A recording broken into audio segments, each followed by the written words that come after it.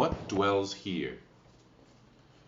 Control of this level is contested between an aboleth and a tribe of Kuatoa. The drow of House of Rindar watch this conflict intently, waiting to see who comes out on top before making any push of their own. Various other Underdark species vie for a place in these caverns. Be it noted, dear friends and listeners, that this is from the module, that the companion material has already been covered in Elune, the Lover in the Dark. Okay?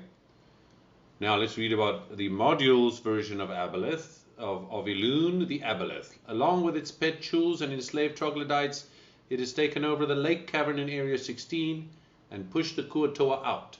Its presence has tainted the underground river, killing off fish and other river dwellers that provide sustenance to the Kuatoa. Elune plans to take over the entire level as a step toward gaining control of Undermountain and then Waterdeep. The Aboleth rarely leaves its watery lair and relies on its servants to capture new slaves. House of Rindar. A drow contingent led by a drow priestess of Loth has holed up in areas 11 and 12. These forces report to Teresa of Rindar on level 3 and are preparing to challenge whoever perseveres in the conflict between the Aboleth and the Kuatoa. These drow control access to one of the magic gates on this level.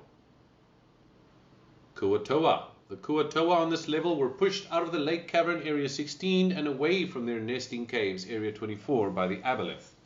They have taken refuge in areas 20 and 21 while the Kuatoa archpriest Nulgaloop creates an idol of a new god. The archpriest hope the god will come to life and destroy the Aboleth.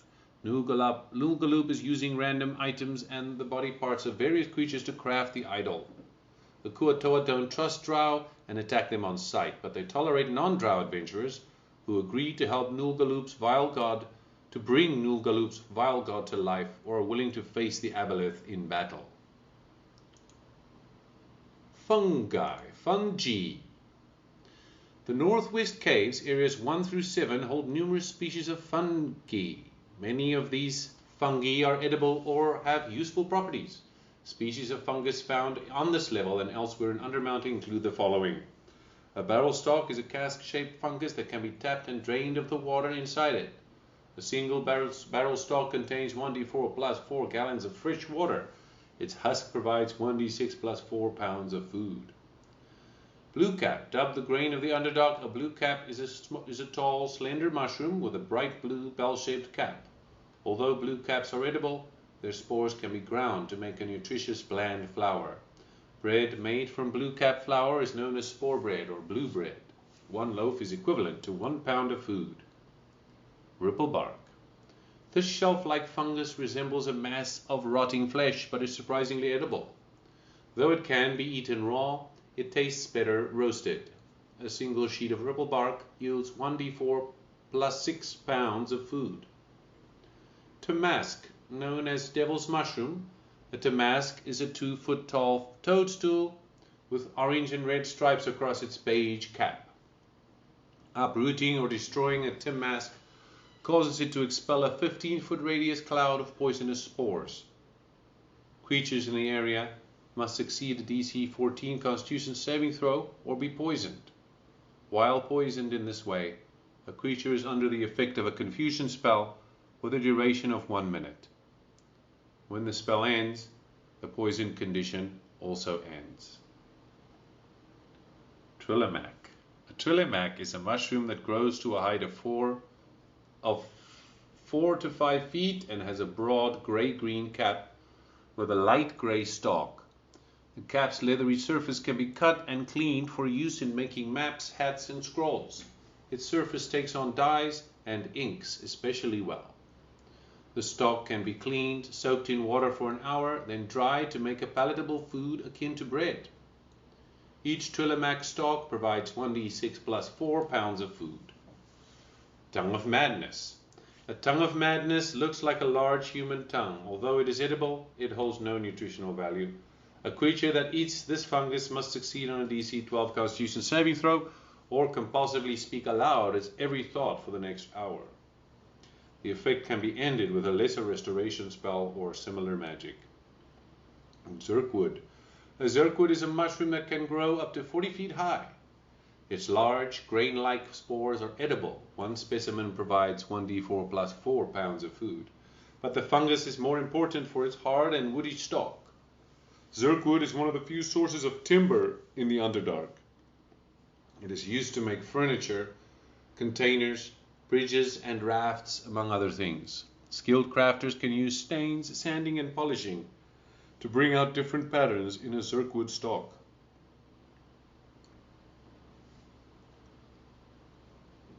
Alright, there you have it. All of the delicious and useful fungi. Now let's read the aftermath. This level has the potential to be greatly changed by the actions of the characters. The death of the Aboleth allows the surviving Kuo-toa to reclaim their grotto, Area 16. The Kuo-toa victory is short-lived, however, because the drow start attacking them soon afterward.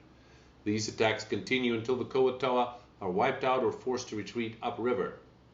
After taking over the grotto, the drow enslave the troglodytes and use them to farm areas 3 and 5.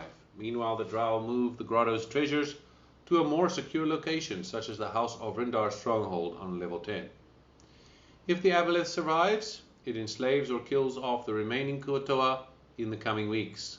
The Aboleth also enslaves the Etten in Area 2, and its slime poisons and kills off the fungi throughout the Twisted Caverns, destroying the delicate ecosystem. The drow challenge the victorious Aboleth but are unable to defeat it on their own, given the limited support they receive from House of Rindar. Several Kogoths that were once loyal to the drow become the Aboleth's thralls. The resulting stalemate makes the drow desperate for aid, regardless of the source. Yeah, I don't know about you, but I very much prefer the Companions version of it. Okay, and then we have the aftermath, the epilogue.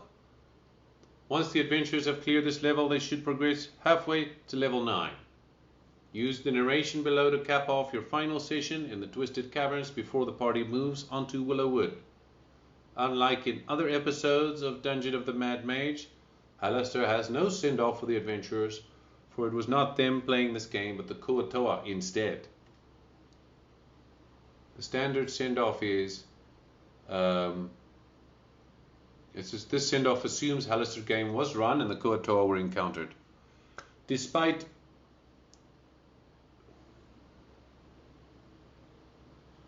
all attempts to seal yourselves, the Mad Mage has once again crept up to your shoulder and surprised you with yet another twisted secret of his. To think those fools would worship him, to think that he would abandon them to such an insatiable tyrant. Did it amuse him, you wonder?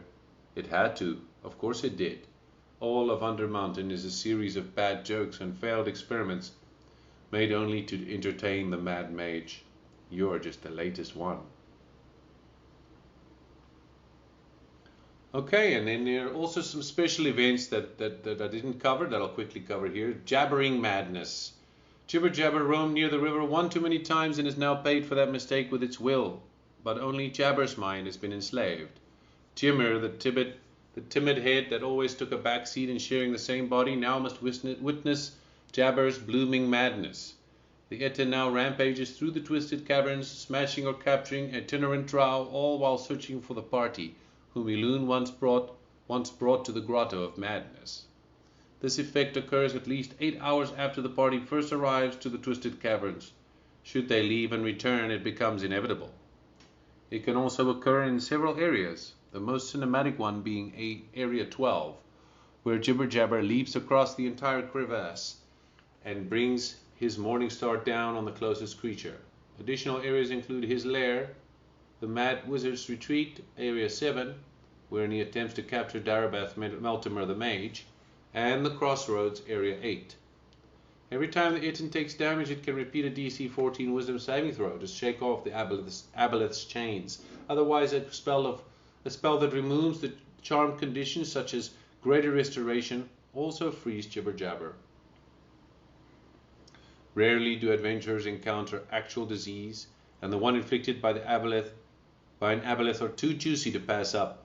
While the adventurers are near or on the river of the depths, Elune passes unseen in the dark waters below. It makes a few tentacle attacks from below the surface. It aims not to kill, or maim, but only to infect its targets with its debilitating disease. See as tentacle attack. So negate any bludgeoning damage on a hit. This event can be repeated multiple times.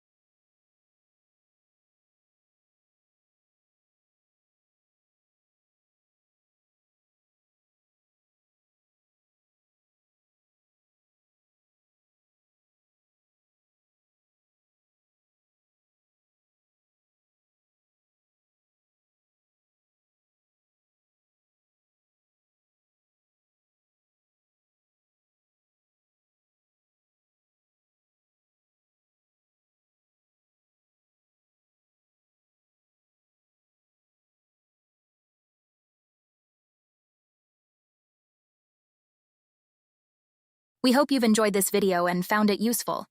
Please remember to like, share, and subscribe to keep up with our new videos to level up your campaign.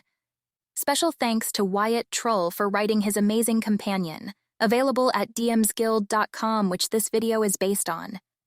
We strongly recommend getting the complete edition. We couldn't imagine running any of the campaign without it.